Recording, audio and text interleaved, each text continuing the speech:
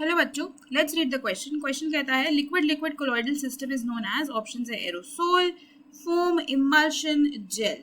तो अगर इस क्वेश्चन के की कॉन्सेप्ट की बात करें तो सबसे पहले तो कॉन्सेप्ट में हम डिस्कस कर लेते हैं कि कोलॉइड्स क्या होते हैं।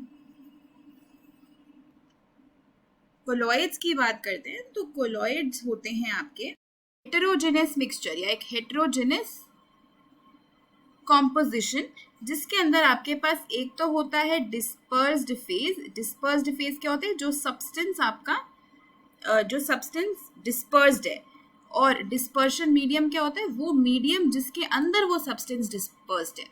तो ये दो कंपोनेंट्स होते हैं कोलॉइड के, और कोलॉइड एक हेट्रोजेनस सॉल्यूशन होता है, एक हेट्रोजेनस मिक्सचर होता है बेसिकली। तो ये तो आपके कोलॉइड्स की डेफिनेशन हो गई। तो डिस्पर्स्ड फेज और डिस्पर्जन मीडियम अलग अलग होते हैं, तो अलग अलग सिस्टम्स आपके पास बनते हैं।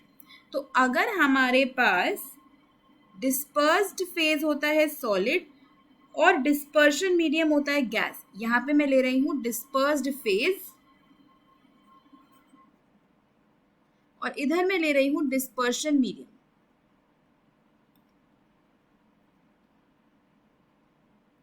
तो अगर डिस्पर्स्ड फेज सॉलिड होता है और डिस्पर्जन मीडियम गैस होता है, तो जो कोलॉइडल सिस्टम होता है उसको बोलते हैं एरोसोल।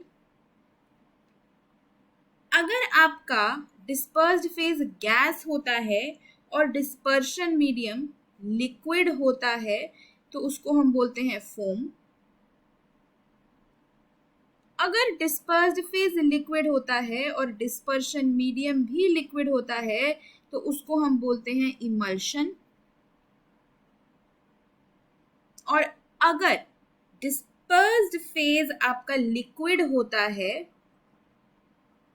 और डिस्पर्शन मीडियम सॉलिड होता है, तो हम कहते हैं कि जेल है हमारा कोलॉइडल सिस्टम।